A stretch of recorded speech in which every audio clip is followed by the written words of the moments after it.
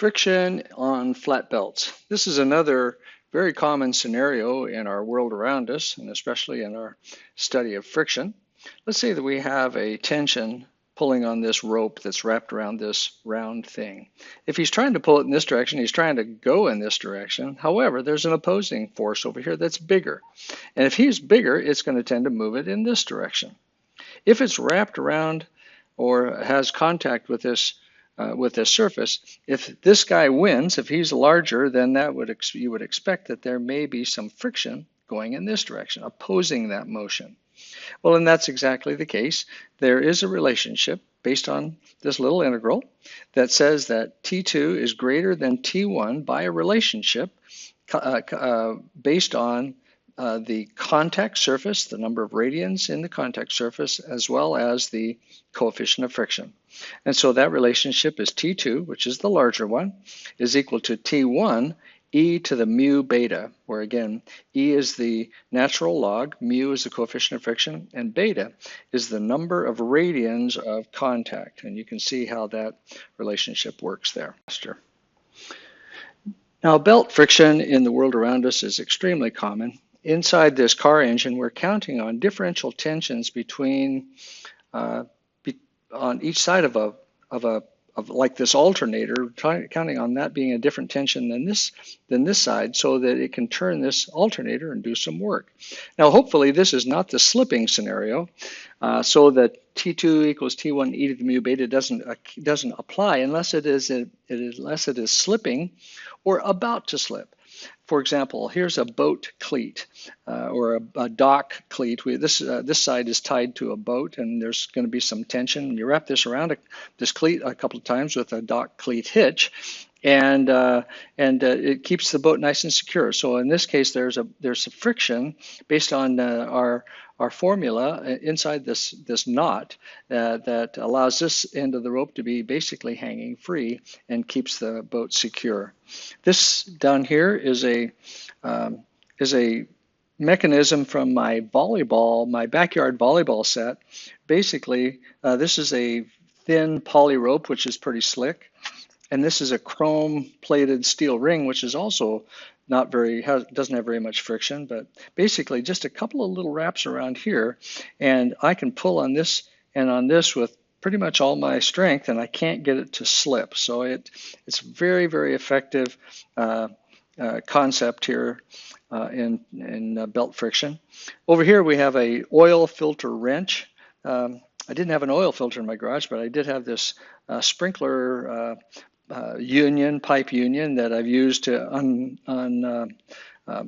undo when it gets tied on, or when it gets on there too tight. But basically, the internal friction internal friction from the wrapped on the outside of this guy, and then there's some contact friction right here between the two wraparound portions that allows us to untighten this thing. So again, very effective tool for undoing things that are tied on too tight or screwed on too tight. Well, here we have a situation with a cow, actually an uncooperative cow that's trying to escape, and he can pull on this rope. The rope is wrapped around his neck here. He can pull on this rope with a force of 250 pounds, and the farmer has the rope wrapped around the tree a couple of times, and we want to find out how much force it takes for him to hold on to keep the cow from escaping. So let's draw a little picture of the tree trunk and see what we can find. First, the force of the cow is going in this direction. The rope is wrapped around the tree trunk twice. So once, twice, and comes out over here, and this is what the farmer is holding on to with some tension.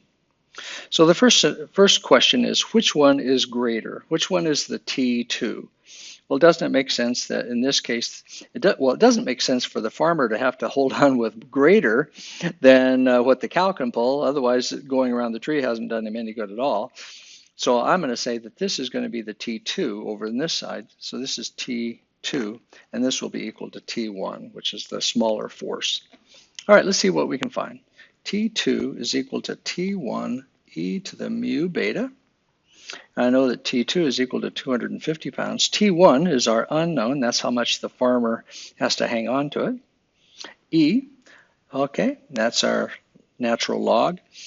Mu is the coefficient of friction. It says that the coefficient of friction between the rope and the tree trunk is 0.15. Beta is the number of radians of contact surface. So in this case, we have 1, 2. In other words, 4 pi. 1 revolution would be 2 pi, and 2 revolutions is 4 pi. And I just put 4 pi in there. And let's get our calculator out, and we'll see what this is. We got T1, and this is 6.586. And you can solve that for T1 is equal to 38.0 pounds. So it takes the farmer only 38 pounds to restrain this cow who's pulling back at 250 pounds. So that's pretty healthy, I guess, mechanical advantage, if you want to call it that. The next question is, how much friction does the farmer's shoes have to have in order to resist this? So or does he have enough friction to make this happen? So in this case, he is pulling what's pulling on the farmer is 38 pounds, and he's got an mg coming down. There's a normal force, and then a coefficient of, or a force of friction pulling back. So this is a conditional thing. Sometimes you can just kind of by logic kind of figure some things out like that, but basically, does he have enough friction to be able to strain this? So a question would be is that if this is about to slip, we could say that the force of friction is equal to the force of friction maximum, which is equal to mu normal. And normal here is going to be equal to 180 pounds. It gave the coefficient of friction between the farmer's shoes and the ground of 0.3. So this would be 0.3 times 180, which is equal to 54 pounds. So what it says that the force of friction maximum is equal to 54 pounds. So I would say that yes, he has enough friction to restrain the cow. Yes, he can hold the cow. Another thing that's curious with this concept is it doesn't matter what the surface looks like. It doesn't matter how many points of contact. It only matters is the angle of contact, or the number of radians. So if you look at this right here, there's a log trying to go down the hill, and this gentleman is trying to go over this bumpy rock.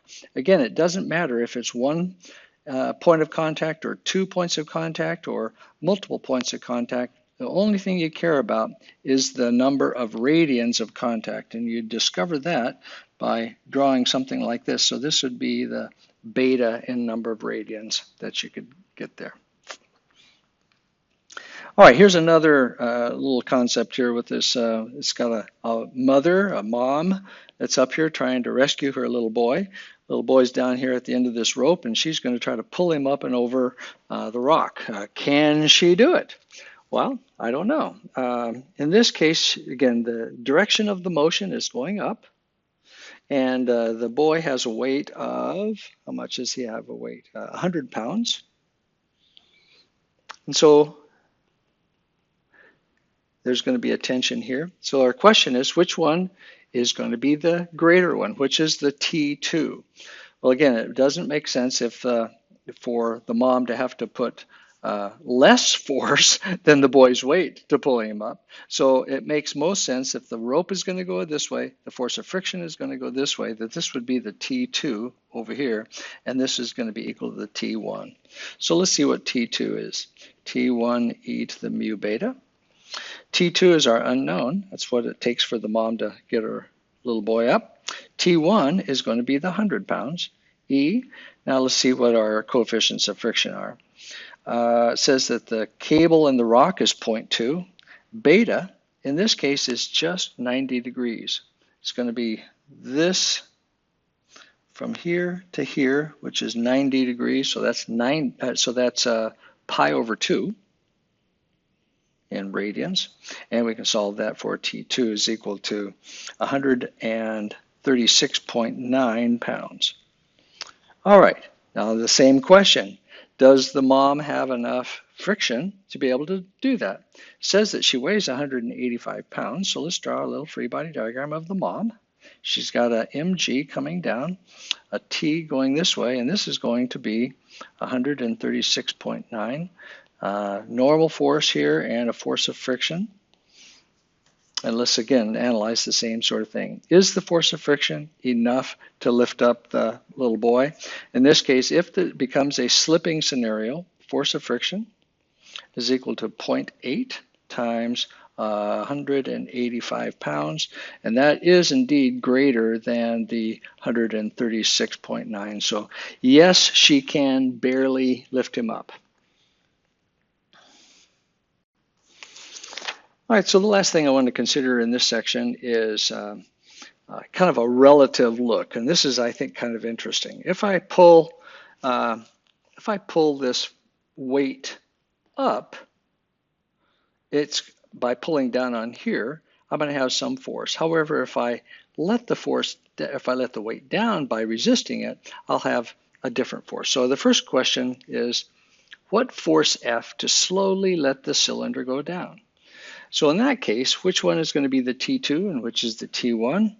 Well, if I'm slowly letting it down, it makes sense for this to be the T2 and this one to be the T1. So T2 is equal to T1 e to the mu beta. In this case, I'm solving for T1. It says that the cylinder has a mass of 250 kilograms, so this would be 250 times 9.81 is equal to T1 e. It says that the coefficient of friction is 0.2. Now what is beta?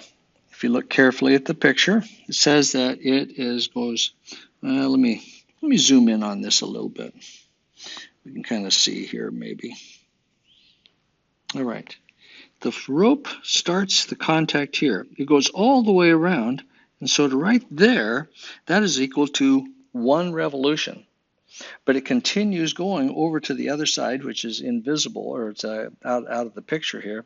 So that says that the contact surface, beta, is equal to 2 pi for 1 revolution plus a half a revolution, so that would be 3 pi. All right, with that, then let me move back out here, and we'll just say that this is going to be equal to 3 pi. And I can solve that for T1 to slowly let it down, and that'll be equal to 372 newtons. Okay, let's look at the other scenario. In this case, I want to pull the weight up. If I pull the weight up, what have I got? Well, this one is going to be the T2. This one will be the T1. So let's go ahead and say that up. T2 is equal to T1 e to the mu beta. In this case, T2 is the unknown. T1 is going to be the 250 kilograms times 9.81 e to the 0.2. And I still got 3 pi.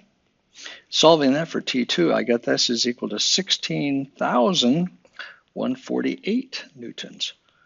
And then you say, wow, that is a huge difference.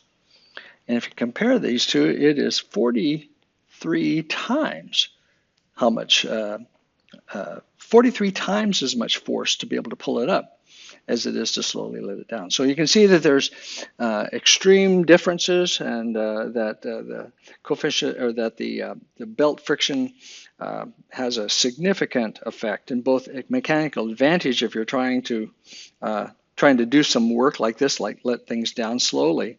But if you're trying to work against it, it really, really works against you very quickly.